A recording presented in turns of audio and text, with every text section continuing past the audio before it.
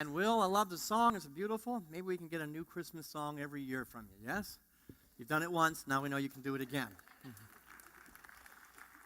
Oh, into the darkness, light will always be born by right of consciousness, by right of the thought process of the person who was holding that light. Here in this winter solstice, we are absolutely on the darkest, shortest day of the year.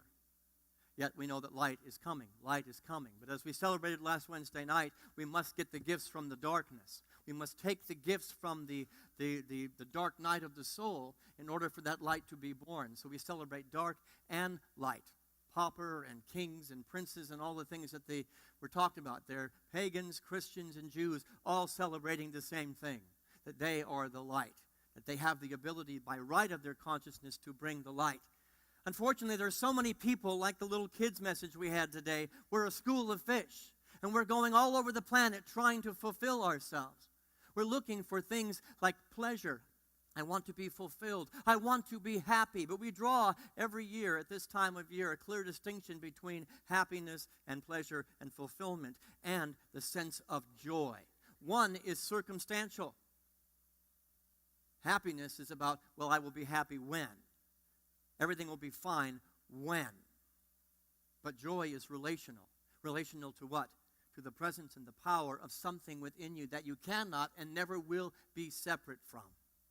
You ever notice how many books there are, the Joy of series books?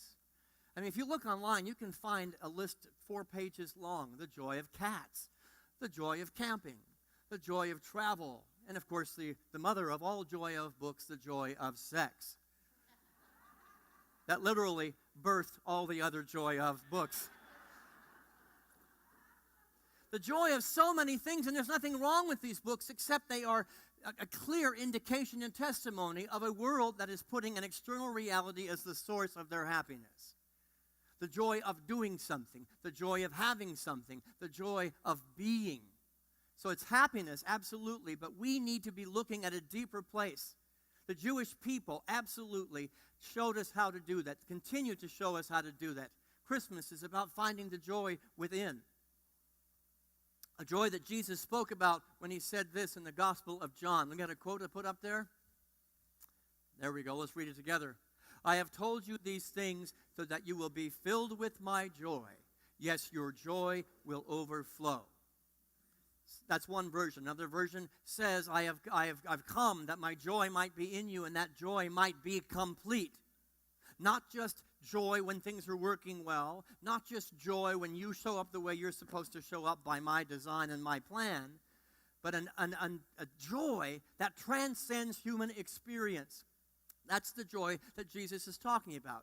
That's the joy that a child, a man, a consciousness, a spirit was brought onto the planet to say, wake up, pay attention, you have forgot, you've put all of your joy out here. And if there's to be a second coming, let it happen right now. It's the person to your left or your right. Let it happen within you. That it doesn't matter what you have or what you do. There is something far more profound that is wanting birth through you. There is something more real. A joy completely unconcerned and unattached to external outward realities. This week, Jewish and Christian people are celebrating the light and the joy that can only be found within. If you examine the history of the Jewish people, it is dotted with persecution. It is dotted with a great deal of suffering. But I tell you one thing. My greatest friends who know how to walk into a room and create joy, I tell you that the Jews will come into the room and they suddenly are jovial. They've got a joke. The rabbi that we connect with over at Temple Kolemeth, I sometimes wish he wouldn't tell a joke because he's a brilliant man. But he's jovial. And the Jewish faith is rampant with a sense of celebration, a sense of life. And these are a people that have been persecuted and ridiculed and mocked and pushed aside and kicked aside for centuries. How in the world did they get joy? We might want to look into that history and gather something from them. In fact, much like what Jesus was wanting for us, the Jewish people wanted. Here's a Jewish proverb. Let's read this together. Whoever enjoys his life is doing the Creator's will. It is a belief within the Jewish tradition that the expression of joy is doing the will of our Creator, that we were born in and as joy, and to not do it, we are out of congruity with that which we are. To not be that person who walks into the room and creates happiness and peace and hope and joy and love. It means you are not doing the will of that which brought you into existence. And we in Unity say there's only one will of God, because it's not a capricious entity. It's not an energy separate from us. It is simply the energy of joy and love moving into creation. You are the offspring of joy itself. You are the offspring of love itself. And so when you are not living in that place, removed from anything happening out here, because sometimes life sucks out here. But is it possible, as we have context from the Jewish tradition, that suffering and joy can be in the same field at the same time? Is that possible? And I'm saying if the answer you are giving me today is no, then you are out of congruity with what you are. That if you cannot find a yes, I say Christmas, Hanukkah is about digging to a deeper place, to recognize that that which you are perpetually seeking in the joy of books already exists in the joy of you. That's the book we need to be reading, the joy of self. Christmas is all about celebrating a man who overcame adversity. I'm in the world, I'm not of it. I'm having a human experience, and yeah, it sucks, but I will not be defined by it, because I'm greater than that. I know who I am, I know where I come from, I know where I'm going. And I will be so grounded in that you could even crucify me and tear me down, and I will still be the light of the world. This is a symbol of people who held fast to the truth. I know who I am, I know where I'm from, and I know where I'm going. No matter what you do to me, I'll have a joke when I walk into the room, because joy lifts us all up. Not just me, it lifts us all up. Ever heard this said that the only Bible that some people will ever read will be your life? Today I'm going to say the only Torah that some people will ever read will be your life. What kind of a read is it? I hope it's a better read than the joy of cats.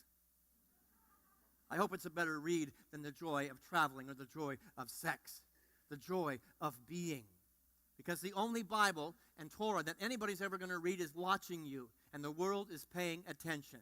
Let Christmas live in you. Let Hanukkah live in you. Let winter solstice live in you in such a way that you become a vibrating center of that which we are teaching without even speaking a word. You become the vibrating center of the light, of the joy, and the peace. And all the people that are swimming around the ocean trying to find it are magnetized to you. I want what you're having. Let's sit down and be joy together. Let's sit down and create oneness together. Let's sit down and be the Christ together. So I want to look to the Jewish tradition and the Christian tradition and draw a parallel between the two. Maybe come to a place of center as the helper of the world, the one who has actually been destined to bring that energy to the planet. A Jewish man that we celebrate at the holiday season.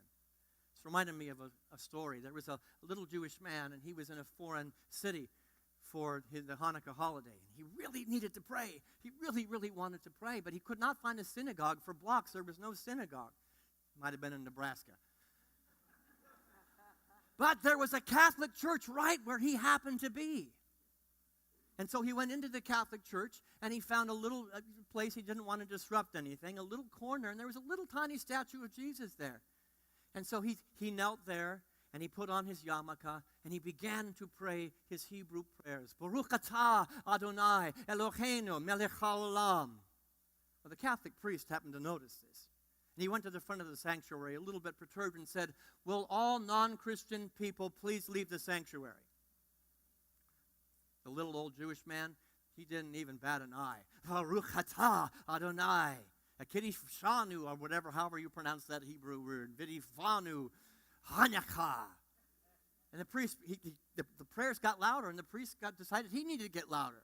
Will all non-Christian people please leave the sanctuary? No stop in the prayer. Baruch atah Adonai Eloheinu melech haolam. And the priest finally decided, I'm going to have to be a little bit more direct with my approach. Will all Jewish people please leave the sanctuary?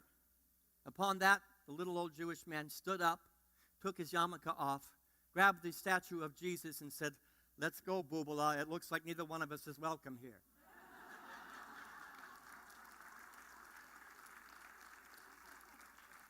Jesus was a Jew.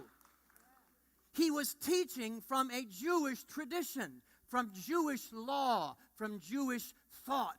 There was no Christianity. Paul created Christianity. We'll talk about that another time. But the reality is, the Shamash, the helper, was founded in Jewish scriptures and was spreading a light left and right, up and down, north, south, that was coming from a Jewish base. And we need to remember that. You cannot separate Judaism from Christianity. You can't do it. Because this was a Jewish rabbi, often called Rabboni, rabbi, teacher. He was teaching the Jewish people. And so I think we can learn a lot from drawing a parallel between the two different modalities. Books I want to read from both modalities. Here's the book I want to read at this time of the year. The Joy of Forgiveness. Say that with me. The Joy of Forgiveness. Let's explore a little bit this book. The highest holy days of the Jewish people. The most sacred of days. Yom Kippur and Rosh Hashanah. Dedicated, and a period of time dedicated for one purpose, to get right with your divine self, to get right with God by offering forgiveness, by asking for forgiveness. Plain and simple. There must be something to this, that some of these happy people on the planet who have been persecuted still find a place of forgiveness in their heart that allows the joy to bubble up and to be present. There might be something to learn. The cornerstone of Jesus' ministry was forgiveness. Do you know that? It was the cornerstone of Rabbi Jesus' ministry. How often do we forgive? All the time. What's the numbers he gave for all the time? 7 times 70. Which basically means, from a metaphysical interpretation, you do it till it's done. You forgive until you have no longer a need to forgive. It's complete and it's done. You are responsible for the release of the toxic energy. You are responsible for the release of the tension. But boy, he went a lot farther. He says in Scripture that when you come to the altar, if you got a problem with your brother or your sister, leave the altar. Go back. Why is that? Because Jesus, the rabbi, the Jewish man, clearly understood that if you're holding resentment against anybody, you've put up a wall between you and the presence of God. If you are holding a place where you have wronged somebody and you have not made recompense, guess what? You are putting up a block that is keeping the oneness that we celebrate from emerging. You are a block to the oneness and the healing of the earth. So what do you choose? Let's continue a little farther with what Jesus had to say. The woman caught in adultery, one of my favorite stories. What does he say? He who was without sin cast the first stone. Ooh, that one hurts. Is there anybody here today holding a place of resentment against somebody in your family? Somebody at work? They have wronged you. I'm saying let's become a little Jewish today and to realize that you cannot be persecuted to the point where you give up being who you are. And if you have, guess who moved? Let Christmas be born. Let Hanukkah be celebrated. Let winter solstice, in the midst of the darkness of that relationship, move towards the light by right of your consciousness, by right of remembering who you are, and quit making anybody else responsible for that. Light a candle. Be a shamash. His greatest teaching, the Lord's Prayer. What does he say there? Forgive us our debts together as we forgive. Cause and effect relationship. You want to be the change that you want to see in the world. Go offer forgiveness, because I bet there's a long line of people that have resentments against you. And that healing will never be the peace that you want to seek. We talked about it from Lao Tzu. You've got to have peace here. You've got to have forgiveness here, or it's never coming to you. And if the traffic in the road is all coming at you, you might be going the wrong direction. Turn around. Repent, if you will. Remember the truth of who you are. And then, of course, his final teaching on the cross, where he's probably suffered, or didn't suffer, because I believe he transcended the pain. Forgive them. They don't know what they are doing. The rabbi, who had suffered horrible injustice, said, forgive them. You will not define me by your behavior. I will not be defined by this circumstance. I will be defined by who I am, and I will be in a place of joy. I will be in a place of bliss. Now that's a little bit blasphemous, but I believe internally, suffering and joy lived in the same field. I'm feeling it, I'm having a human experience, but I will not be defined by it, because I know I am the veritable vibration of joy, and I will stand a little bit taller than the rest, because I will be the helper for the rest of the world, and I will demonstrate that which needs to come into fruition. You can beat me, you can whip me, but I will be the light of the world. I will be the joy. It's important that that's a book that I want us all to be reading. You see, the joy that we seek is on the other side of your cultivated, committed, and constant commitment to forgiveness. Cultivated, consistent commitment to forgiveness. And where is that going to happen? It's an inside job. Nobody wrote the book. The books point you within to the book of joy that you are. Let's go to the second book, the joy of faith. Say that with me, the joy of faith. Despite the suffering of the Jewish people, there is an unwavering commitment to faith that we might want to learn from. We might want to spend some time with. Hanukkah itself is a testimony to people who said, I got limited resources. I know that God is my source. We talk about God as our source, yet sometimes the language coming out of our mouth doesn't give testimony to that. I don't have enough. My bank account is too low. I wish I had. I'm saying, let there be one vial of oil in your life, and then give it your faith. Give it your faith that there will be enough. Let me tell you, when I live in that place, there's always enough. Month to month, Christmas to Christmas, and that sometimes is when the pocketbook feels a little bit lean. God is my source, not my job. God is my source, not my relationships. God is my source, not the unexpected income. Those are our tools pointing me towards the God. And those tools show up in direct proportion to my ability to have faith and to know that one vial of oil is going to be enough. Rabbi Jesus, let's hear the words, his words directly. This Jew said this to us: your faith has made you whole. Every single time somebody was healed and they're like, thank you, thank you, thank you. He said, no, it wasn't me. Your faith made you whole. Something to look at. He said, when you have sufficient faith, there is no problem that cannot be overcome. Faith as small as what? A mustard seed. I'm saying open up a corner of your mind, separate from the lack consciousness that you have held, that there is enough. The faith of a mustard seed, and you will say to the mountain, move. And many of us are facing mountains in our life today.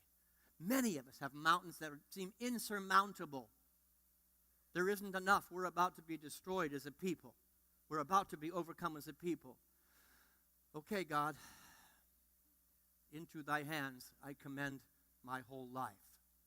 Into thy hands, into the consciousness of a greater power, do I commend everything that I am. Then and only then will the joy come. If you're looking for joy on the outside, it won't come. It is joy on the inside. Let's continue with what he had to say. With God, all things are possible. You see, the joy that you seek is on the other side of a cultivated, consistent, and committed faith. And that's an inside job. Nobody can do it for you. Let's go to the next book, The Joy of Prayer. My wife worked for an Orthodox Jewish family. Very, very Orthodox. Sometimes the law was a little bit ridiculous to my mind. But I was invited to Shabbat dinner. And I sat in a Shabbat dinner. And the father, the leader of the household, began to pray these beautiful prayers. As ancient as I could even comprehend in the history. Prayers that had been prayed by men and women since the beginning of the Jewish religion. And they were being prayed at this table right then. I had goosebumps. He wasn't a great singer. But boy, was the beauty absolutely there. And I began to think as he continued the prayers, and there were a lot of prayers, and I was kind of hungry. But the prayer was first before the food. That people all over the world were praying that same prayer that had been pulled from antiquity. And I felt more oneness in that moment at a Shabbat table than I have in any Unity church I've been in. There might be something to learn from our Jewish brothers and sisters that prayer is not a hobby. I want to ask you today, is your prayer life a hobby or is it a state of being? Is it a habit? I'm saying, let there be a yarmulke that you metaphorically put on your head to say, this is more than just something I do. It's something that my people do. My Unity people do. When people come to my office and they have a long litany of complaints about why life isn't working, I'll let them go for a few minutes, and then I'll ask them, tell me about your prayer life. You can tell within 15 seconds they don't have one. They're reaching into a bank account that has not had a deposit for years. The Jewish people can put a smile on their face, even with the persecution, even with the racism that they have had to deal with, because they have a bank account of prayer. They have a regular practice that they do not waver from in order to pull from that account when things aren't going well. It's a portal to your joy. Jesus, Rabbi Jesus, let's go to him again. Before every miracle, before every challenge, before every message he gave, before every difficulty he had, Rabbi Jesus went away to pray. He went to the upper room. He went to the mountain. He went to the higher consciousness to realize, I'm about to face something that might hurt. I'm about to face something that might be difficult, so let me remember who I am. Prayer, let me make a bank account. Too many people on the planet are waiting till life falls apart to reach into that bank account. Too late. Let prayer be such a part of your everyday existence that it is a bank account that is overflowing, pressed together and running over, that when life happens or the person doesn't show up the way they're supposed to, you just reach in there and go, we're good. God and I have got it. God and I are one. God is my source, not you. God is my source, not this situation. That's right. I heard an amen at Teva. He told us to go into our closet and spend some time with God. How many of us really do that? We have a pretty active meditation practice here. And I'm saying for this holiday, in honor of our Jewish brothers and sisters, our Christian brothers and sisters, do it a little bit more than you have done it up to this moment. And then look, have the eyes and the ears. Verily, verily, I say to you, look how life is changing with the simple act of just being more prayerful, being more mindful. This has been a very stressful October, November, and December. And I was forced to have to get really, really quiet, to get still, and to recognize face to face, I had kind of sacrificed my prayer life. And there have been some things happening with our administration building that 10 years ago would have been, I'm out of here, I can't do this. But I've had this calm center that everything's going to be all right. It really is going to be all right. In fact, sometimes the staff are the ones that minister to me. But I believe to a degree I've been able to be a shamash for some of our staff members and to stand high in the middle. God's got this. And I see the joy of just being told that. God's going to take care of the administration building. God's going to take care of the community. God's going to take care of everything. At any given moment, somebody else is going to play that role. It may be Diane. It may be Nicole. It may be Al. It may be you. But I'm saying let us be strong in the center to return to center no matter what is going on and be the helper, be the light of the world that absolutely remembers the faith, the prayer, and the joy of just being connected to God, because that joy is going to be on the other side of your cultivated, consistent, and committed prayer life. Next book, The Joy of Humility. Say that with me. This is a book I want to read, and I found a quote by Rabbi Jonathan Sachs that I just loved. I'm going to invite you to read this quote with me right now. It's a bit long, but stick with me, okay? You see it through to the end, and read it with joy. Together? True humility is one of the most life-enhancing of all virtues. It does not mean undervaluing yourself. It means valuing other people. It signals a certain openness to life's grandeur and the willingness to be surprised and uplifted by goodness wherever one finds it. Pause there for a minute. Look at the words in that sentence. Grandeur, surprised, uplifted, goodness. That sounds like Santa Claus. It sounds like joy. It sounds like childlike awe and wonder. That's what needs to be born right here, right now, no matter what's in your bank account. That's what needs to be born right here, right now, no matter what's happening outside. No matter what holiday tradition you're not looking forward to going to be with.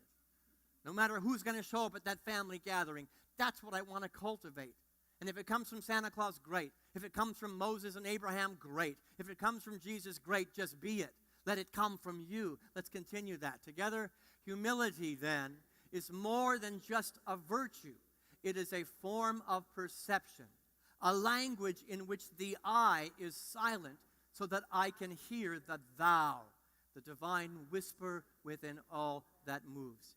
Humility opens us to the world. I want to live that right there. Humble myself in the presence of God.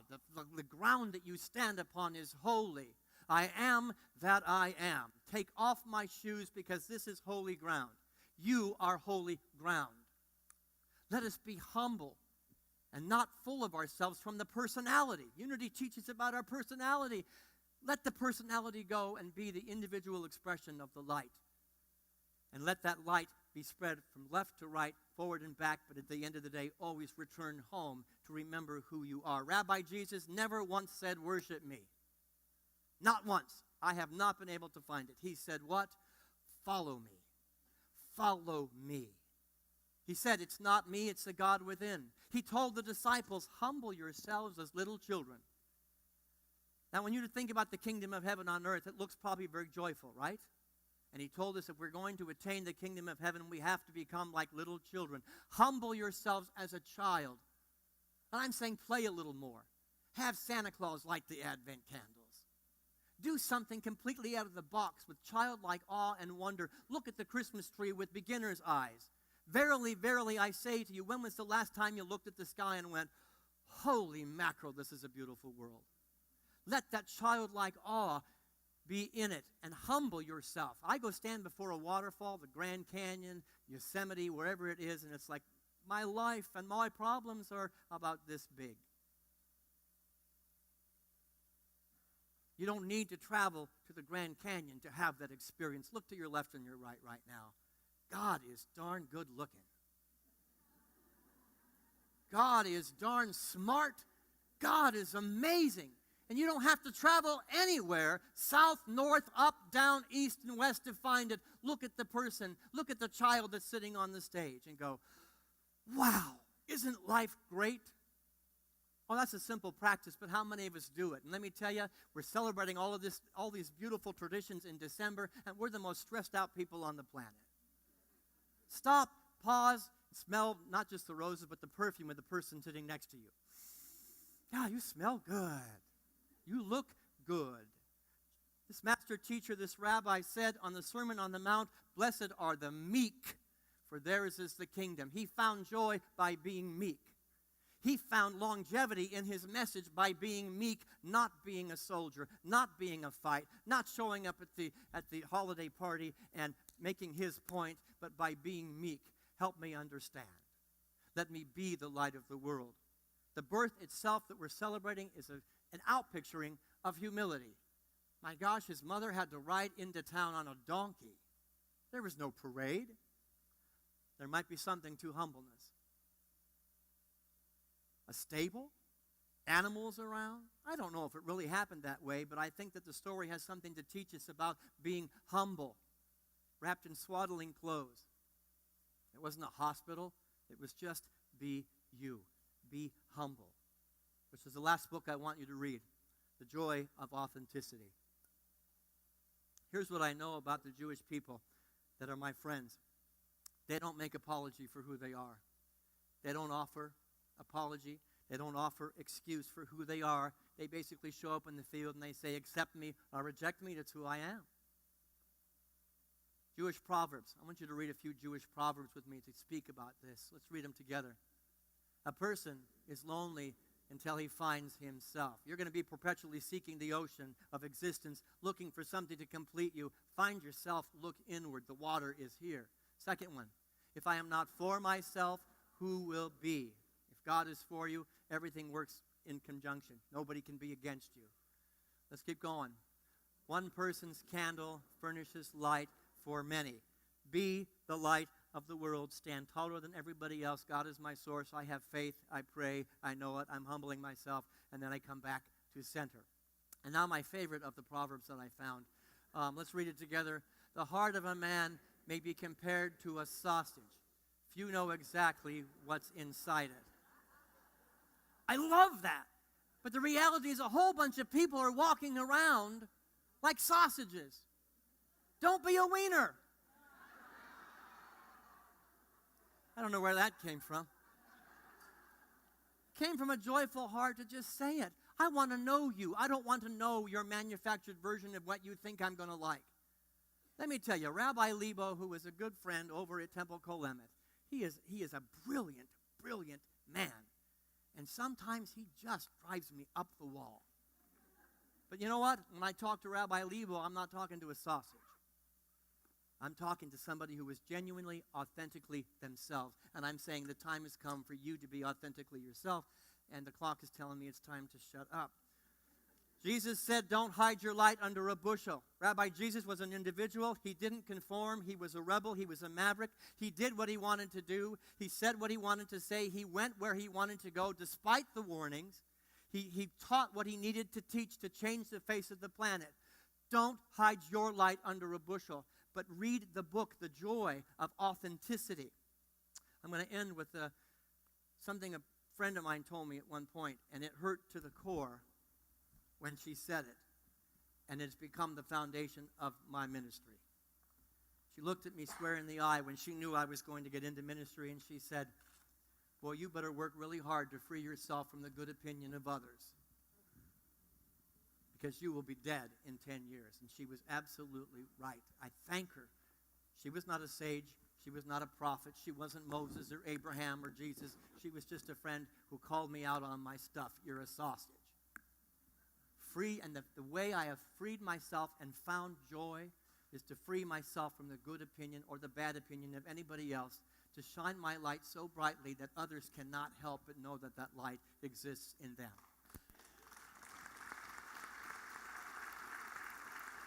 I am asking us as a people, I am asking us as people who are connected to the Jewish population, to the Christian population, to quit pushing them to the side but welcome them into the manger of your heart. And to read the joy of authenticity, the joy of humility, the joy of faith, the joy of prayer. Let's take this into a time of meditation and stillness. If there was one idea that was the gift for you, grab that idea and live it. As they come up to begin the song, I invite you to take a breath.